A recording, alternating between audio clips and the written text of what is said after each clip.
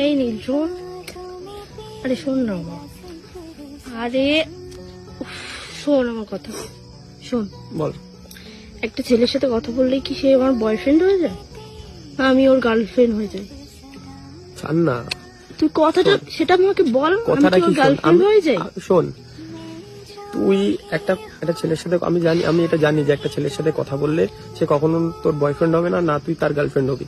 কিন্তু তুই যে একটা অন্য কারোর সাথে যদি কথা বলিস সেটা আমার খারাপ লাগে, আর কিছু না। আমি পারি না যে আমি আমার ভালোবাসার মানুষকে অন্য কারোর সাথে কথা বলতে দেবে, আমি সেটা চাই না। আমি চাই যে তুই শুধু তুই আমার সাথে থাক, আমার সাথে কথা বল, সবকিছু আমার সাথে শেয়ার কর। তুই এটা বোঝার চেষ্টা কখনো করিস না যে তুই যদি অন্য কারোর সাথে কথা বলিস তখন আমার খারাপ লাগে, তুই এটা কখনো বুঝিস না। चैन भी मेरा दर्द भी मेरी आशिकी अब तुम ही हो।